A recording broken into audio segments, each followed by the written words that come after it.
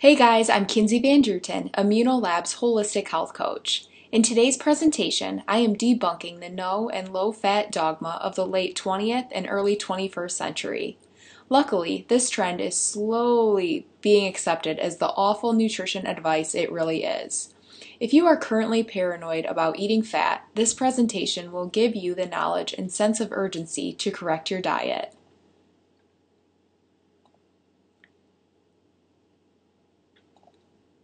Beginning with the flawed "fat makes you fat" claim, high-quality, good fats actually help with weight loss and weight management.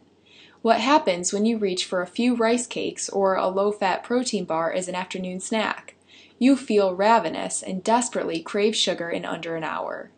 When we take a calorie-for-calorie approach, 200 calories of coconut oil is going to keep you full for at least 2 to 3 hours, while those 200 calories of whole grain cereal and skim milk will leave you starving an hour later. Fat signals fullness because it digests slowly, providing long-burning energy.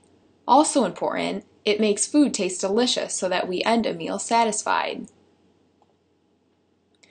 Whenever we eat a source of carbohydrate, it should be accompanied by a quality source of fat. Fat slows down the absorption of glucose into the bloodstream and prevents sugar highs and sugar crashes. This keeps us full longer so we can reach or maintain a healthy weight.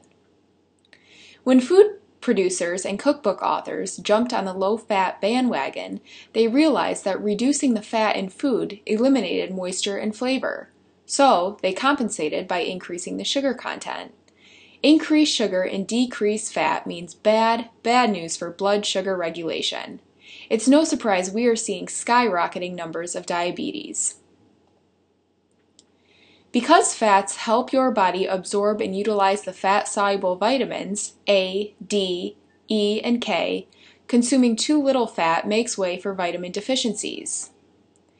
If you develop a vitamin A deficiency, you can experience very dry skin, slow bone growth, and night blindness. Without enough vitamin D, which helps your body absorb calcium, your bones can become brittle and weak. Your immune system can suffer from too little vitamins A and E, and without enough vitamin K, your blood cannot clot properly.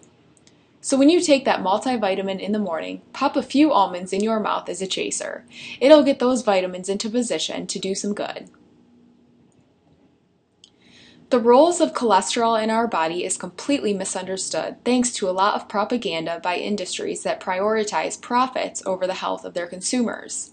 Science tells us that cholesterol does not cause atherosclerosis. As a healing agent in the body, levels of cholesterol rise during periods of stress or when inflammation is present.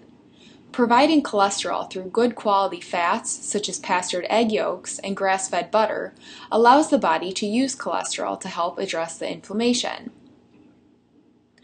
One area of confusion is the labeling of LDL as bad cholesterol and HDL as good cholesterol. We know that high levels of HDL cholesterol is beneficial, and we know there are subtypes of LDL cholesterol. The large, fluffy LDL particles are benign, but the small, dense LDL is correlated to heart disease. Sources of saturated fats, like butter and coconut oil, change the dense LDL to fluffy LDL and raise HDL cholesterol, both health protective factors. Processed grains, like cereal and vegetable oils, however, turn the fluffy LDL into the dense LDL, increasing the risk of heart disease. When it comes to the gallbladder, the rule is use it or lose it.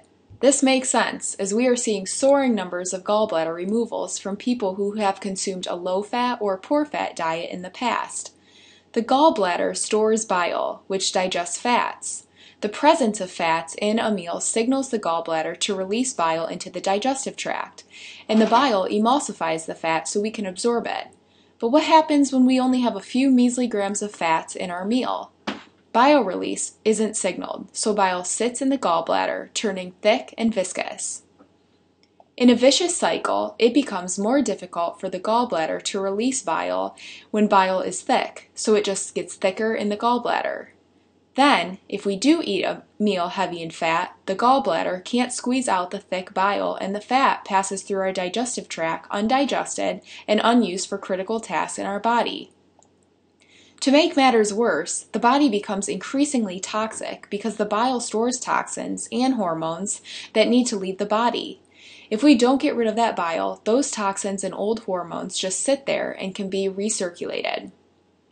If you currently experience gallbladder problems or have had your gallbladder removed, you should gradually increase your fat intake and take targeted supplements, including ox bile.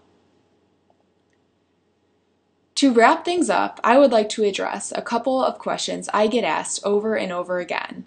The first question I get the most is, how much fat do I need?